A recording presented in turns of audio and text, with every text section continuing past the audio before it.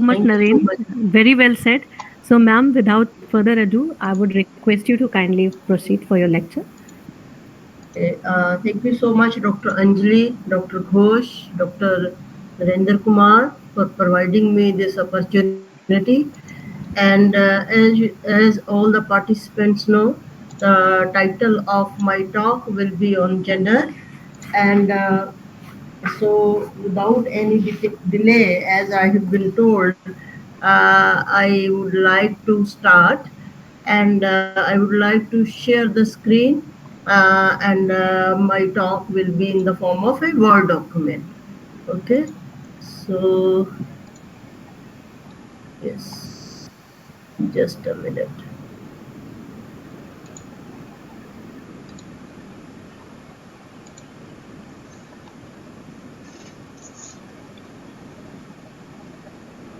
I think my screen is visible. Yes, ma'am, it is very much visible. Okay, great. Okay.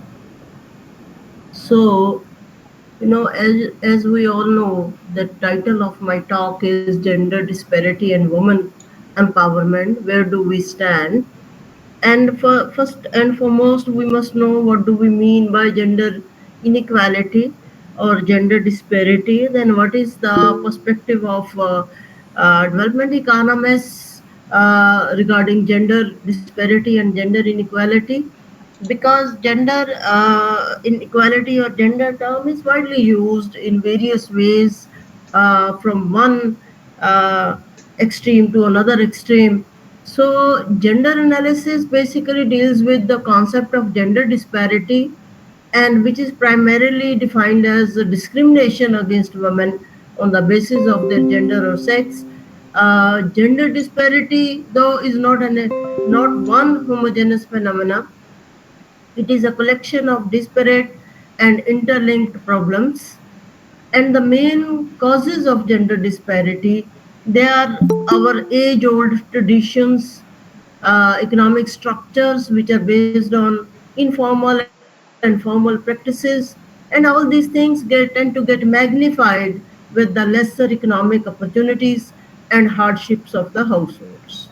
So socially and economically, uh, which are left behind households, they tend to have greater severity of women in those households. They tend to have greater problems as far as gender disparity is concerned. So we all know that socio-cultural standards, they play a very important role in gender disparity or gender inequality.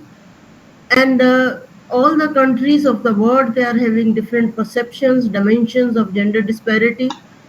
And there is also a term known as inequality trap, which is used by World Bank, and which comes into existence in the society due to socio-cultural and economic factors prevailing within the society. In some countries, work responsibilities, religious beliefs, they favor males, while other countries may be more feminine on these parameters. But the major religions in the world, they assign different responsibilities to both men and women. Some of these characteristics of entire social system, they lead to unequal distribution of power, prestige, and property among men and women. The discrimination is also observed in labor force participation, occupational segregation, gender wage gaps, and despite increased educational attainment of women and introduction of anti-discrimination and equal opportunity laws, there is less than satisfactory gender equality in the labor market, and this also leads to gender wage gap. Now, as I have stressed, that these gender gaps or gender problems, they are age old, and the stereotypical thinking of the society, it has brought the patriarchal system in which dominance of male prevails in social, economic, political, and cultural spheres. In the social structure, people think that males are more competitive physically and intellectually, or they are superior to women, and hence men they tend to dominate in all aspects of the society, whether it is family decision making, business, or politics. It may be due to the reason that the pool from which political parties or business organizations they search their leaders, they tend to be dominated by males, whereas females have a supporting role. So, what we traditionally say, behind every successful man there is a woman. Hence, women are not given the decision making power in family as well as in societal and national issues.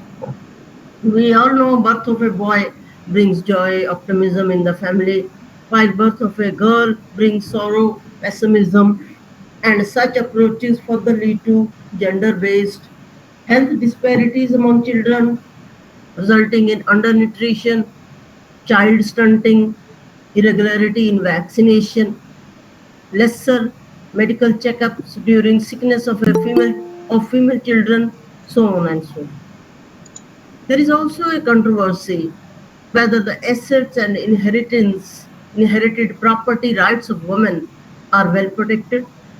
In spite of having ownership rights and legal rights of earning from property, females are allowed to use these powers very less.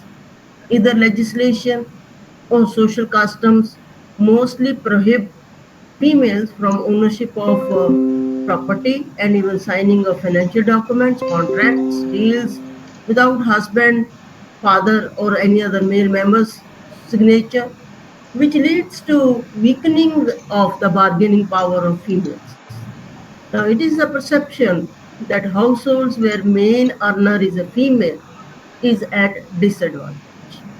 Now, in most of low income developing countries, male literacy, particularly the adult literacy, is much higher than female literacy. Large number of females in less developed countries are unable to attend school. Even in the regions of America and South Asia, even in some parts of Southeast Asia also, gender gap, particularly in higher education, it leads to female disadvantage in education. Now, though there is more parity at primary level of education, but female disadvantage at higher level tends to prevail, still prevails. In less developed countries, women in less numbers are engaged in paid works. Relatively, a large portion of work performed by women is unidentified, like cooking, cleaning, child caring. Many women who work in family agriculture or other family work, their work remains invisible and unnoticed. And in less developed countries like even Korea or Sri Lanka, women education has lesser contribution, uh, and as a result, there is lesser women labor force participation due to cultural and social norms. Even in India, the female workforce participation rates are terribly low, and India is worst performing within the South Asia. Uh, Only in case of economic factors such as low income of the main earner in the family forces the female to work outside the home to meet family's financial requirements. So usually, particularly in low level income households, it is the economic pressure which drives women out of their households to work in the labor market. Otherwise, they are more comfortable uh, working within the household rather than working in the labor market. And an important factor in this is that wage rate, as women labor supply has been found to be more sensitive to wages than males. So, female wages they are relatively low. As I told you that a female workforce participation rate in India is 30%. Latest data shows in comparison with 80% for men, and there is average female worker wages is two-thirds of male worker. So there is wage gap as well as there is gap in female workforce participation rate. And women are able have to balance their primary duties as domestic work, and they are allowed to work outside home only when they can balance. So this actually tends to increase the burden on women. Now, gender disparity in one dimension leads to gender disparity in other dimensions. And empirical evidence also shows that female employment and earning they they help to increase the bargaining power of women at home as well as in the society, and which may also lead to higher production, more involvement of female decision making, higher investment in health, education of children, and so on. So overall, increased female share in employment promotes human capital of the generation ahead, and therefore it also positively affects the economic growth. And there is a two-way relationship between human capital uh, investments and economic growth. Both promote each other. When we look at this asset ownership, and we all know that land is the major source of wealth, uh, empowerment, and social status. But empirical data shows that in different countries and communities, there is a lot of gender discrimination in land or property ownership rights. Females often have partial or conditional access to ownership or land rights, which leads to placing females in great disadvantage and hamper their decision making power at home as well as in the society. And similarly, International Fund for Agriculture Development analyzed that restriction on females access to land also restricts their access to credit from financial institutions and banks or from money lenders. So even the financial institutions in many societies, they tend to be male biased and discriminate on the basis of socio-cultural aspects. So gender disparity in ownership rights, legal uh, rights, and asset holding and in inheritance law lowers the bargaining power of female, reduces their social status, place poor family females in misery position for survival, livelihood on the whole. uh, they they adversely affect or hamper development of nations. So even in India, we all know that women inheritance was not at par for a long time, even after independence. So it's more of a recent phenomenon, last 20 years, due to Supreme Court amendments that women did get uh, equal rights. Now, if we I want to miss certain, then if we look at they're saying that there is gender discrimination in education, and then it adversely affects the development of the society, and it also leads to health disparities. And even if women are allowed to get education, their career choices may be limited. Now, at world level, this is one area where women at a very great disadvantageous position. Women leadership roles and their political participation is restricted all over the world. Even if women possess all required qualities to be good political representative, they often are not encouraged to step forward to become the candidate due to male ego and time that they have to devote for political work, because of which their family responsibilities might be affected. If women are in major ministries of government or main departments of government, it will help in bringing equality in politics and other leadership roles. Empirical data suggests that women participation in decision making leads to more gender equality in policies, peace building, socio-economic development of nations, etc. Now, when we talk about gender disparity or gender inequality, we must mention important work of Nobel laureate Amartya Sen, and in his famous uh, article in 2001, he talked about uh, seven types of inequalities. So, these mortality inequality, natality inequality, basic facility inequality, special opportunity inequality, professional inequality, ownership inequality, and household inequality. So, these are what we call seven phases of gender disparity as identified by Amritsar Sen in his work. Now, according to Sen, gender inequality refers to inequality between women and men, which involves matters of life and death, takes the brutal form of unusually high mortality rates of women and a consequent preponderance of men in total population as opposed to preponderance of women found in societies with little or no gender bias in healthcare and nutrition. So this type of mortality inequality has been observed by him extensively in North America, Asia, China, South Asia, etc. Similarly, in his work Capability and Well-being, Amartya Sen has discussed the other two types of inequalities, natality and basic facility.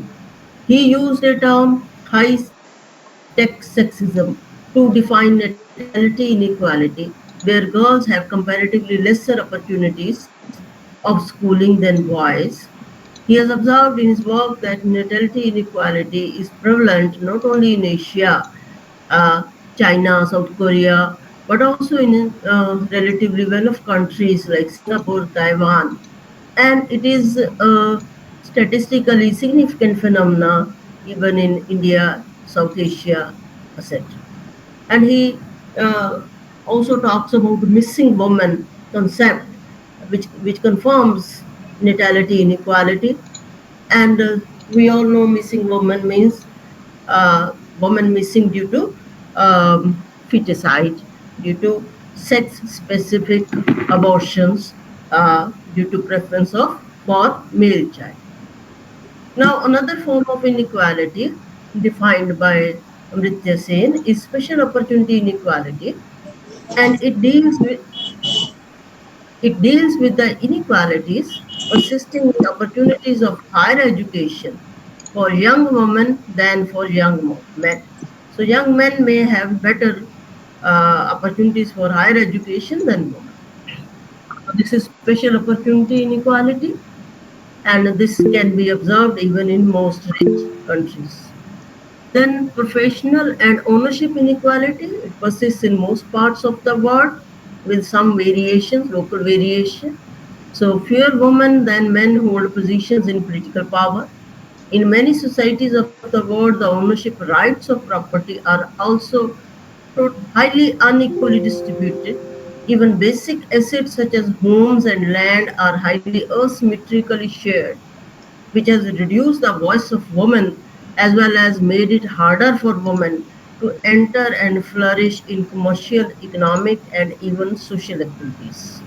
So, Sen uses the term division of labor to define household inequality, and he argues that men are allowed to work outside, but women can do it if they are found capable to balance between outside work and unequally shared household duties. So, this household inequality is unequal sharing of household duties by men and women within a household. Now, so gender disparities, they start from household level. So family decisions are based on systematic discrimination between different members of the family. So uh, again, so many studies they have highlighted apart from Amrita Sen these forms of gender inequality. Now, empowerment of women is a socio-political ideal. Now, in modern societies, all democratic modern nations they wish for more greater and greater empowerment of women, and it so it encompasses notions of dignity, equality, envisioned in relation to the wider framework of women's rights. So when we talk about women empowerment, that means equal rights for men and women in various formats. So it is a process of gaining control over self, over resources, over existing societal perceptions and attitudes, and would be achieved only when an improvement in the condition of women is accompanied by an advancement in their position, by enlarging their economic, social, political freedoms and choices available to them. We all in development economics talk about capabilities and freedoms and choices. So women have lesser such choices and freedoms than their male counterparts. Gender equality does not imply that all women and men must be same. Instead, it entails equipping both with equal access to capabilities so that they have the freedom to choose opportunities that improve their lives. It means women have equal access to resources and rights as men and vice versa. There are many reasons of inequality. Inequality may be caused by factors which are under control of an individual or circumstances beyond the control of an individual. Like we don't decide our gender. We don't even decide our religious background. Wherever somebody is born, so he or she gets the same caste or religion and geographical location and parental education. So the inequalities caused by the factors beyond the reach of humans, they are bad inequalities. And growth becomes inclusive only when ensures equal access to opportunities to all sections and segments of the society. And gender equality has been long recognized as a crucial thing for inclusive growth. So, women in many parts of the world remain disadvantaged in access to economic opportunities, resources, human rights, political voices, and it has been long uh, acknowledged. And development economics now stresses a greater and greater role for women for economic growth and development. And denial of equality rights, opportunities, suppression in any form on the basis of gender is what we call gender disparity. So the objective of inclusive growth, it is paramount to address the issue of gender disparity. So gender equality and women empowerment are not only goals in their own right, but they are powerful means to promote and foster development and poverty reduction. So all the international bodies, they have acknowledged this thing as an important objective. Now, when we talk about gender equality, so there are three domains accepted in MDGs and then SDGs also. One is capabilities in the form of education, health and nutrition, then security, because women are more vulnerable to violence and conflict, and then access to resources, opportunities, access to productive assets, access to economic and political opportunities. So this was the nature of what we call gender equality in three domains acknowledged by UN Millennium Project Task Force. So this is UN Project 2005 and MDGs. It is related to Millennium Development Goals also. Now, the capabilities domain refers to basic human abilities as measured by education, health, and nutrition, which are fundamental to individual well being and are an important means to gaining access to opportunities. The access to resources and opportunities domain refers to equality in the opportunity to use or apply basic capabilities through access to economic assets, land, housing, infrastructure, and then resources and political decision making, etc.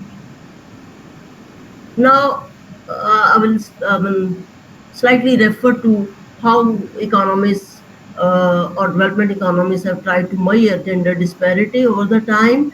So, briefly, These were the popular indices of gender inequality, starting with the Gender Related Development Index 1995, Gender Empowerment Measure given by UNDP, Standardized Index of Gender Equality, then Gender Equity Index, then Global Gender Gap Index, Social Institution Gender Index, and then finally Gender Inequality Index 2010 by UNDP, and there are many more also.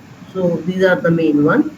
And the Gender Inequality Index, as given by United Nations Development Program, it was first introduced in 2010, and this covers uh, basically women's disadvantage in three dimensions. One is reproductive health, second is empowerment, and third is labor market for as many countries as data of reasonable quality allows. So there is these dimensions. They are basically, let me mention. So this index shows the loss in human development due to inequality between female and male achievements in these dimensions. Its value is 0 to 1, and the health dimension is measured by two indicators, which is MMR, maternal mortality rate, and adolescent fertility rate. Higher these values, poorer is the condition of women, that means higher inequality.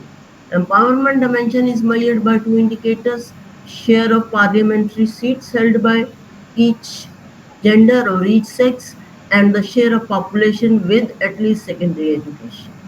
The labor dimension is measured by women participation in the workforce. A low GII value indicates low inequality between women and men and vice versa.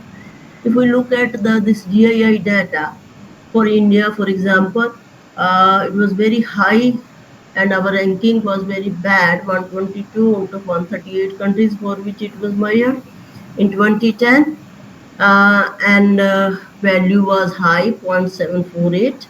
Its value has declined over time, uh, but our ranking has not improved much, thereby indicating that other countries, their gains in gender equality are larger than our improvements in gender equality. Though our gender inequality is declining, but our ranking worldwide is at similar position, not much. Now I want to talk about how SDG 5. We all know that in 2015, uh, sustainable development goals which are to be attained, which are to be achieved by all the countries of the world by 2030. So one of the important SDG is SDG 5, and how UN has now clearly defined gender equality uh, is for the first time that the term has been properly clearly defined. Then we are to define the objectives, and objectives they are measured in terms of some targets. So UN explains gender says that gender equality is not only a fundamental human right. So, gender equality is not only a fundamental human right, but it is a necessary foundation for peaceful, prosperous, and sustainable world. Channel content. Providing women and girls with equal access to education, healthcare, decent work, and representation in political and economic decision making processes will fuel sustainable economies and benefit societies and humanity at large. So, gender equality is not something modern term or something, some sort of movement. It is a fundamental human right, and it is essential for sustainable economies and humanity as at large. Now, this definition has been converted into various objectives and indicators. So, first is to end discrimination against women and girls and all forms of discrimination against women and girls everywhere. And there has to be a legal framework for gender equality and non discrimination. And whether so there are various legal frameworks which can be applied to promote and enforce non discrimination on the basis of sex. This is including hiring, equal pay for equal work, marital rape, property rights, and so on. So these are the important ones which have been highlighted here. There can be more also. So there have to be, we need to have legal framework. If these equal rights are not assured to women, then women can seek relief under the laws of the land. Then another second most important part of this gender equality is that women are highly vulnerable, especially women, girls, I would say women of all ages. They are vulnerable not simply physically but also socially and psychological. This psychological violence is huge, and many a times, uh, though the perpetrators, they don't even understand that they are psychologically uh, affecting their fellow women. So target 5.2 is to end all types of violence against and exploitation of women and girls. So eliminate all forms of violence against women and girls in the public and private spheres, including trafficking, sexual and other types of exploitation. So under this, we include various types of violence, violence against women from an intimate partner, and then there is a lot of data which shows that women are subjective to various forms of violence, whether physical or sexual or psychological, either by a current or former intimate partner. So all these violence, they are quite common, and more so in among young women.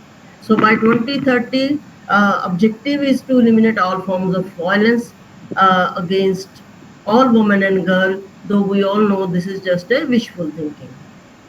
Now, next sub-objective is eliminate forced marriages and genital mutilation.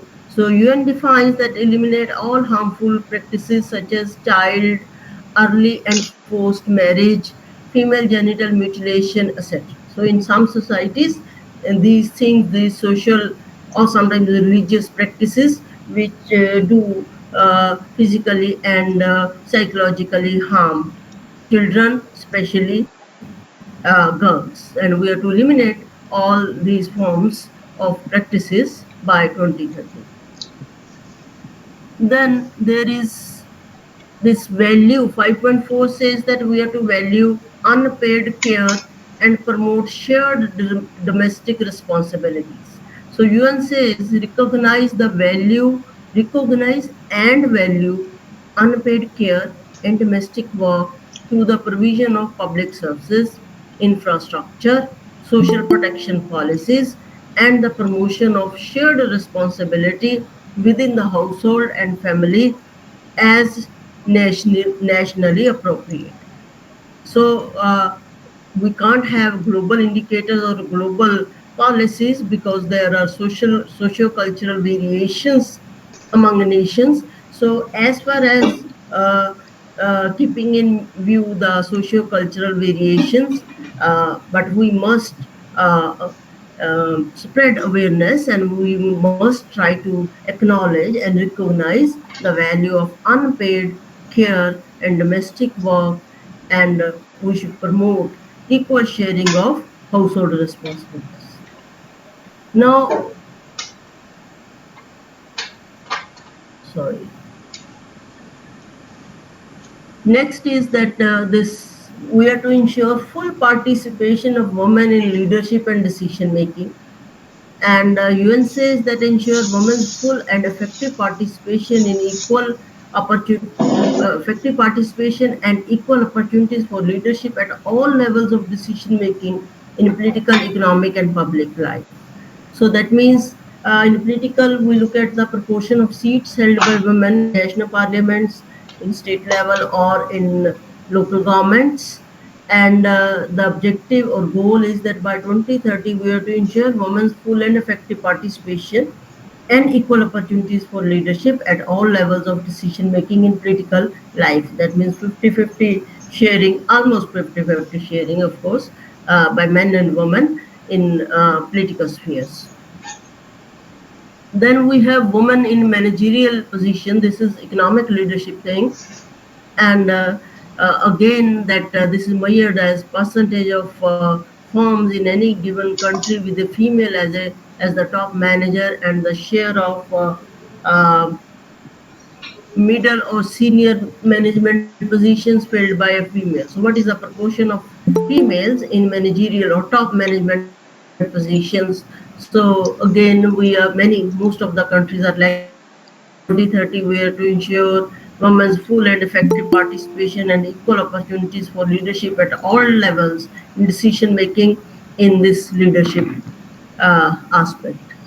Then, in case of women-specific reproductive rights and health, UN says that we are to ensure universal access to sexual and reproductive health and reproductive rights, as agreed in accordance with Program of Action of the International Conference on Population and Development and the Beijing Platform for Action, and the outcome documents of their review conferences.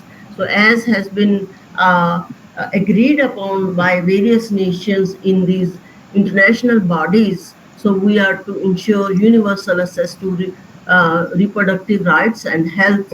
So, here also there are severe problems. So, women decision making on contraceptive use and healthcare. So, again, there are problems. So the proportion of women aged 15 to 49 who make their own informed decisions regarding sexual relations, contraceptive use, and reproductive health care. So this is how we define women empowerment in this aspect. And if this proportion is depending upon this proportion, we can see whether women are aware or not.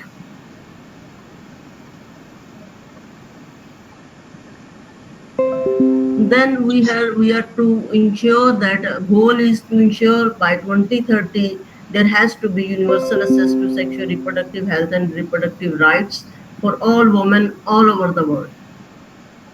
Then this is 562. We need to have laws and regulations that guarantee full and equal access to women and men aged 15 years and older to sexual and reproductive health care, information, and education.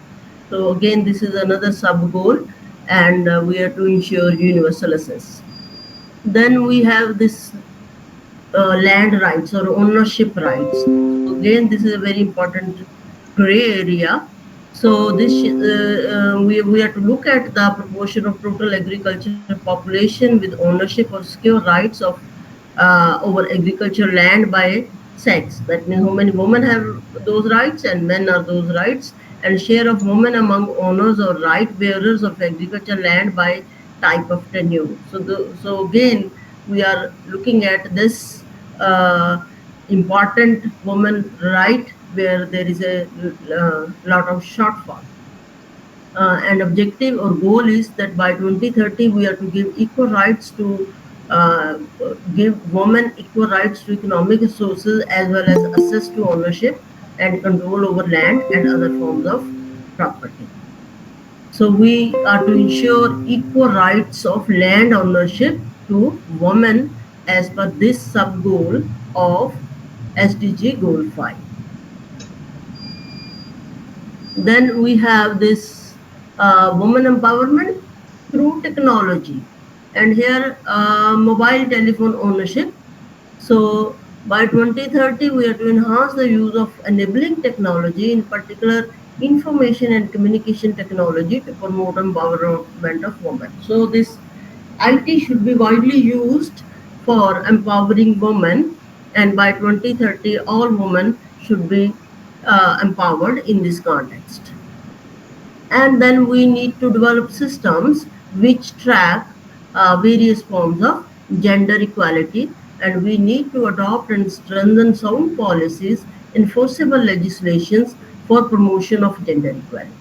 So this is how widely gender equality has been defined in various aspects, in various formats by United Nations. But Are we on the track of achieving this equality? And here, Human Development Report 2019 is an eye opener, and it says that progress in reducing gender inequality over the 20th century was remarkable in basic achievements in health, education, and participation in markets and politics. But however, despite this achievement, the world is not on the track to achieve gender equality by 2030. We are nowhere even near to attaining the gender equality as envisaged in SDG 5 by 2030. And based on current trends, it will take 202 years to close the gender gap in economic opportunity only. So, the Human Development Report's Gender Inequality Index, which is a measure of women's empowerment in health, education, and economic status, it shows that overall progress in gender uh, equality has been, it should be equality, has been slowing down in recent years. So, for example, if we look at the recent happenings, first there was, it has been now acknowledged that gender gaps are much deeper than originally thought. So we can attain, it is easier to attain gender equality in schooling or in some healthcare or even to some extent in labor force participation or employment, but other forms of what we say lack of rights of women, then it's very difficult because they are socio-psychological age-old traditions. So there is a time, my magazine's 2017 person of the year was silence breakers, women who denounced abuse. So when more and more women they try to attain accomplishments or try to achieve certain things, then they have to struggle both in every possible way, and there is a lot of what we call psychological uh, abuse and psychological discomfort being caused to women. And accomplished women, they were unprotected against persistent sexual abuse. So this is not about simple ordinary women. They are the accomplished women who have attained certain so many things in life, and even they feel that they felt unprotected against abuse. The silence breakers were also given voice by Me Too movement, which uncovered abuse and vulnerability for women well beyond what is covered in official statistics. In Latin America, there is Ni Una Menos movement, which shed light on femicides and violence uh, against women from Argentina to Mexico, all the Latin American countries. So Ni Una Menos. That means they means that women need not pay the cost of being for achieving equality, they will have to suffer in one way or the other. And then there are also troubling signs of difficulties and reversals on the path towards gender equality. It is not unidirectional. We improve, we attain something, and then there are backward movements also. So gender inequalities are intense, widespread, and behind the unequal distribution of human development progress across levels of socio-economic development. Gender inequality tends to be more intense in areas of greater individual empowerment and social power. When we look at highly uh, successful or highly empowered roles, then struggle is more severe. So this implies that progress is easier for more basic capabilities and harder for more enhanced capabilities.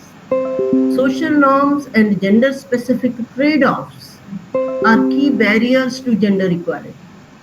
Social and cultural norms often foster behaviors that perpetuate inequalities, while power concentrations create imbalances and lead to capture by powerful groups such as dominant patriarchal elites, and both affect all forms of gender inequality from violence against women to the glass ceiling in business and politics.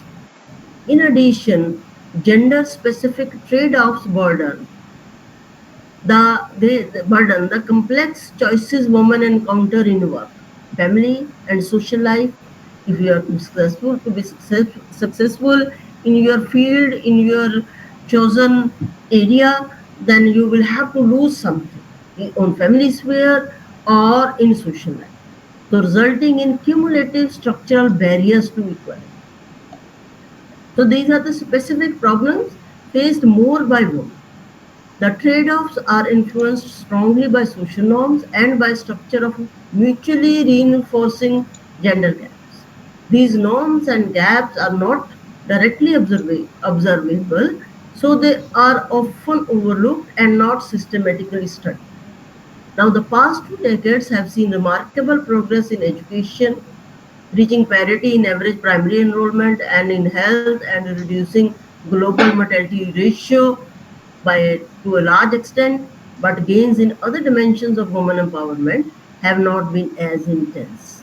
And progress towards gender equality is slowing, and women uh, make greater and faster progress where their individual empowerment and social power is lower. So, basic capabilities, there is faster empowerment. But in enhanced capabilities, whether they are political leadership or socio-economic leadership roles or decision making at either home or societal level, these are enhanced capabilities and they are denied to women in one way or the other. Now, I would like to say a few words more on this physical security. Uh, and this physical security or violence against women, so this is the cruelest forms of women's disempowerment, magnifying inequality. It happens throughout the life cycle in different spaces, households, institutions, public spaces, politics, online also, in all societies, among all socioeconomic groups and at all levels of education. And it reflects the same social norms and that legitimize harassment and discrimination. More than a third of women, one third, and in and more than two-thirds in some countries, they have experienced physical or sexual violence inflicted by an intimate partner or sexual violence inflicted by a non-partner. This is according to Human Development Report. Some 20% of women have experienced sexual violence as children, which is again a very high uh, data. Nearly a quarter of girls ages 15 to 19 worldwide report having been victims of violence after turning 15. A quarter means 25%.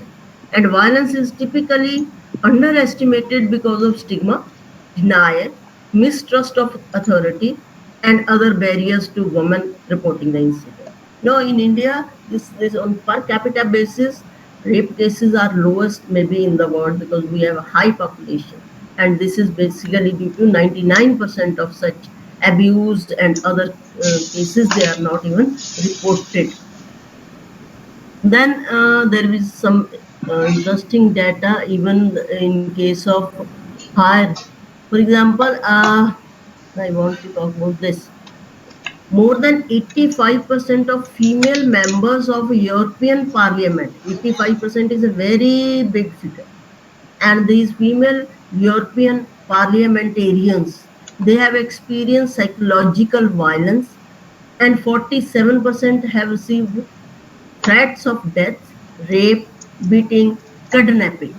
So, if this is the plight of female leaders in most developed countries, what we can think and talk about a country like India or other developing countries.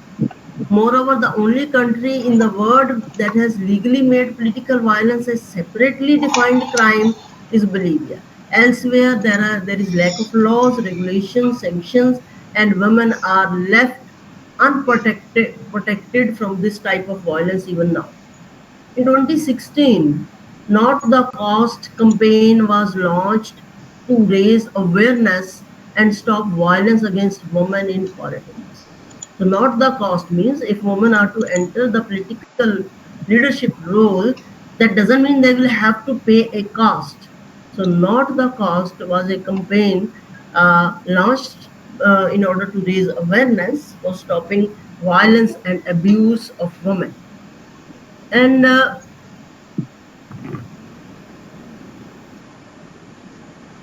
one some one point this online harassment, some 1.7 million. Then this online harassment is also highlighted that due to technology it is also protecting, as well as it can expose women to harassment and abuse. And then this women are harassed mostly in public spaces, their workplaces, their residences, or their schools. Though social media and other online platforms and applications, women are through social media and other online platforms and applications, women are vulnerable to harassment and bullying in a new space, the digital public space. Ensuring that this space is safe and empowering for women and girls is a new challenge, and some 73% of women online have been exposed to some type of cyber violence. Women are 27 times more likely than men to be victims of cyber violence. So this is 27 times more likely. So this is again, so this cruel form of disempowerment is good enough to, keep the woman inside their households or inside their homes, or scuttle their growth and development. So this the impact of violence against women and girls in other spaces. Cyber violence impedes their digital inclusion and keeps them from enjoying digital dividends. Even though technology can connect and empower, it can also reinforce traditional gender roles and normalize uh, stereotypes, reflecting a culture of misogyny and marginalization. Uh, I think, and one last thing which I would like to say, that even the latest report of 2022 on uh, this SDG Goal 5, it says that progress in achieving gender equality at a global level is slow and marginal during the past 5 years. So, less than a quarter of countries are making fast progress towards equality, while a third are making no progress, or worse still, are moving in the wrong direction. They are moving in the wrong direction. So as a result, we are not on track to meet 2030 deadline for achievement of gender equality as demanded by Sustainable Development Goals SDG 5. Now with these words, now I would like some discussion, and thank you. Sure, ma'am. First, I would like to thank you for such a uh, deliberation of the topic, and you have just put the magnitude of the topic and justified the topic. I would congratulate you, ma'am. Thank you so much for enlightening us. And the second thing I would like to ask everyone, if anybody wants to ask any question or queries they are having, they may go ahead. If anybody want to ask something to ma'am, they may ask.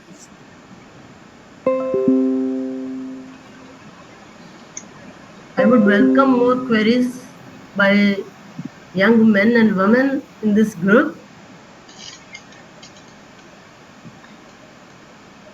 Yeah. Okay. Ma'am Divya Pandey has asked what rights do women lack? Where are the barriers? that are looking them out of the economic system? Mm-hmm. Divya Pandey has asked. What is the question? What rights do women lack? Where the barriers that are looking them out of the economic system? Now, what I have presented is a global perspective. Now, but the thing is, all these things are prevalent in India in one way or the other. Women in India are very lucky to have very strong constitution rights for women. From the very beginning, we have got equal right to vote. We have got, plus not equal, but the property right. We got these fundamental rights.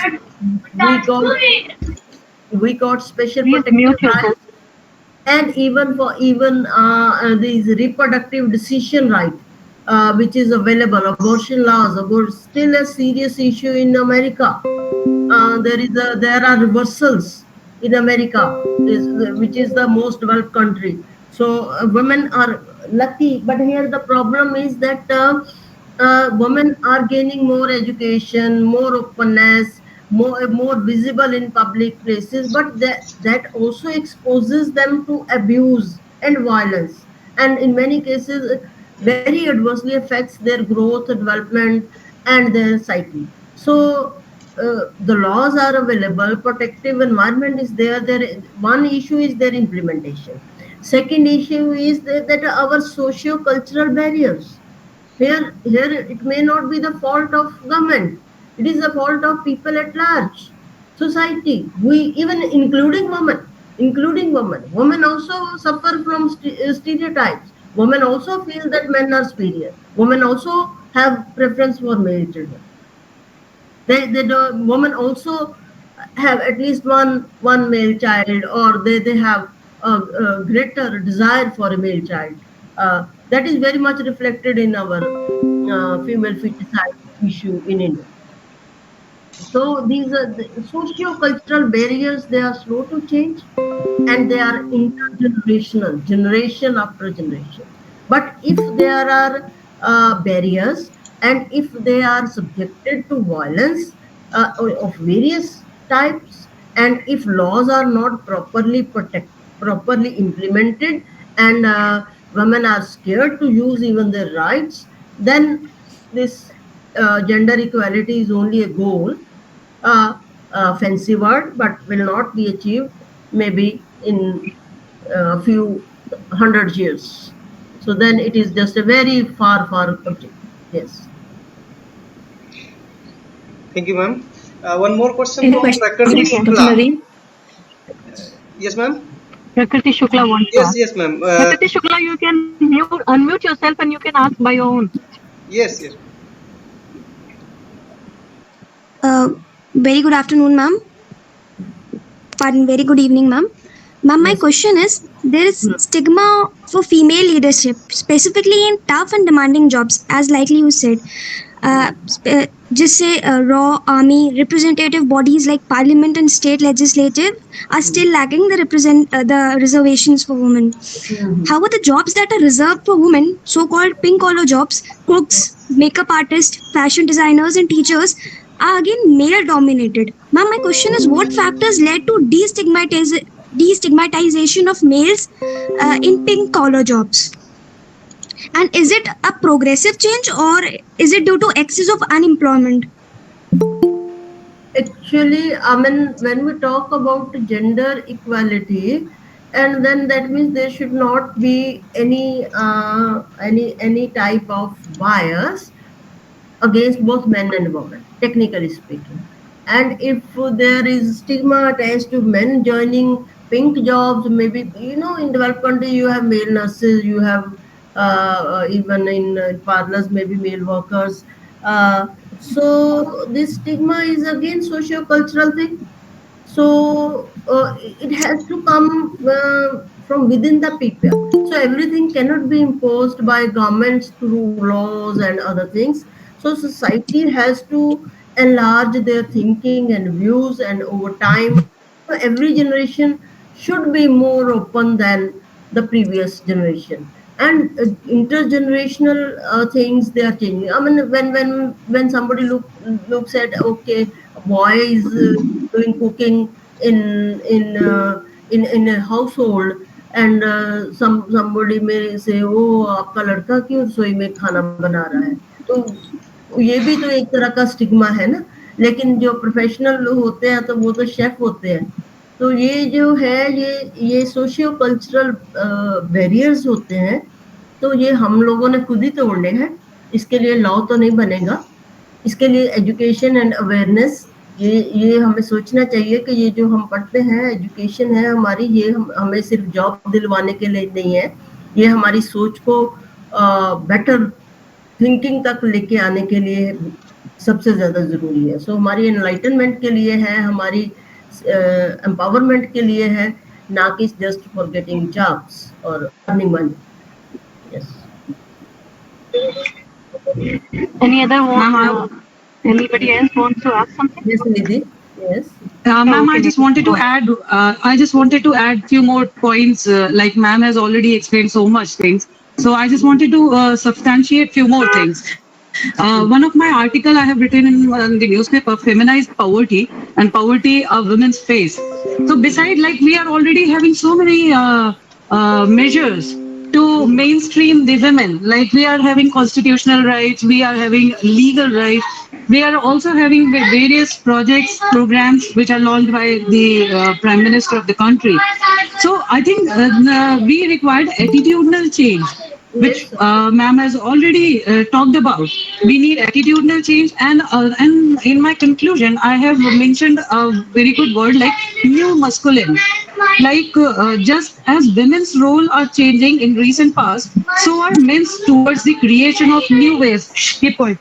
So as the new ways of being a male, known as new masculine, which means breaking the connection between masculinity and violence, shifting the ways one wield power to be more cooperative rather than dominant, improving communication, sharing responsibilities in the households, and ensuring equal access of resource and opportunities.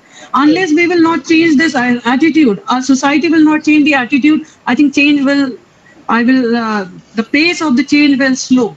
Hmm. Change will come, but the pace will be slow. So attitudinal changes more required, You are and very, more enabling laws are required. yes, you are very correct, and we are to bring these attitudinal changes from the household level.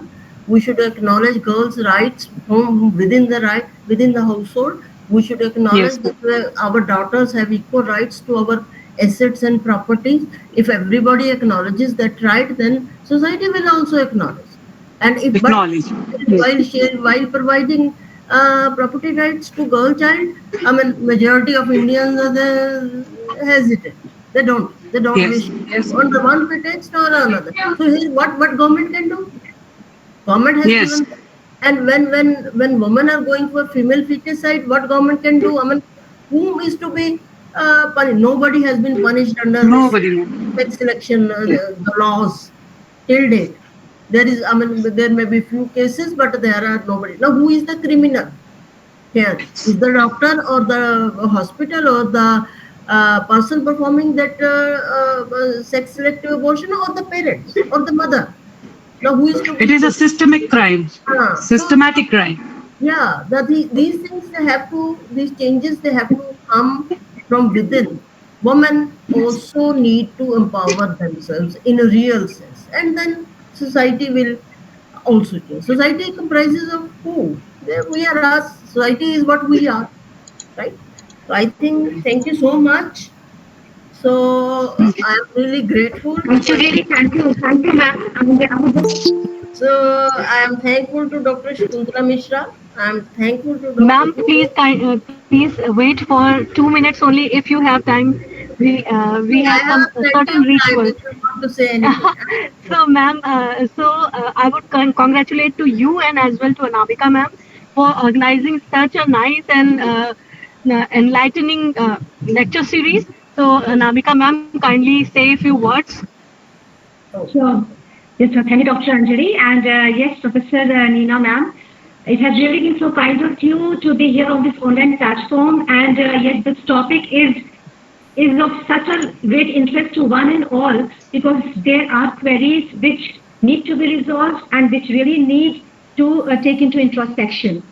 As we say that yes, women empowerment we talked about in detail, but my take is one more thing, ma'am, because you talked about gender equality and you talked about sustainable development goals, and as we all know that the SDG 5 talks about gender equality. Now, though our topic of the day was pertaining specifically to women empowerment, but then I want to add one thing more, that why not gender equality when it has been taken in SDG 5 talks about transgender, because it is just not only men and women where gender equality actually conforms to, but now the transgender also has come into the picture and LGBTQ has taken a prominence. So, like gender equality should be in that term as well. And yes, very true that gender equity is a process which leads to gender equality. So equal opportunity is required, but then the basic thing required is the education, ma'am, as you mentioned, and very nicely you actually mentioned the 7 phases of gender equality given by Amartya Sen, and that was very enlightening that you shared through his book, that capacity and the well-being. That was one thing I really liked about it. And in detail, you have explained the SDG with all the goals in detail, the sub goals, and that was I think a great learning for the students and the scholars who are here. Just one line, yes, because we're talking about women empowerment, and as Nidhi rightly said, that we need an attitudinal change in ourselves, and when only women decides then only a change can be built. तो स्त्री हर बाजी जीत ले अगर वो ठान ले, स्त्री Yeah. हर बाजी जीत ले अगर वो ठान ले, दुनिया क्या रोकेगा उसे अगर वो हौसलों से उड़ान ले. So that is actually for women to talk about. Thank you so much, ma'am. So very well said, Dr. Namika. So thank you so much. I must Thank thank you, ma'am. your So I would university. request Okay. Dr. Nidhi to kindly come for the extending the vote of thanks.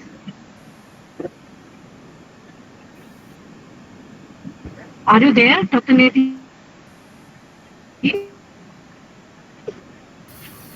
Hello. Hello. I think she has some issues at home, maybe because of some voices coming in the back. Hello. Maybe she has left the time. I, Yeah. Hello. Anyhow. Ritu Roy, I request Mrs. Ritu Roy. So, yes, Yes. yes, Ritu, you can continue. Uh, Yeah. okay. A very good evening to all professors, dignitaries, and dear participants. On behalf of Dr. Shakuntala Mishra, National Rehabilitation University, I, Riturai, would like to extend my heartfelt gratitude to our esteemed guest, Professor Neena Malhotra. Thank you so much, ma'am, for this insightful deliberation and gracing this Amrit Kalka Amrit Saptah with your presence. Ma'am, you have very comprehensively elucidated the multiple dimensions of gender disparity and women empowerment. I would like to start by thanking our respected VC sir, who has always been supportive of our initiatives and encouraged us to strive for excellence.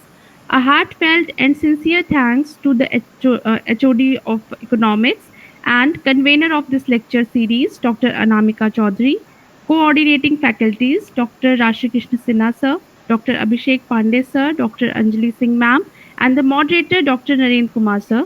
Their unwavering support has been instrumental in the conduction of this lecture series. Finally, a wide round of applause and thanks to all the participants who have made this event a memorable one. Thank you so much, ma'am. Thank you. thank you. Thank Thank you, you. Nidhi, and thank you so much, ma'am. Thank you, Thank everyone.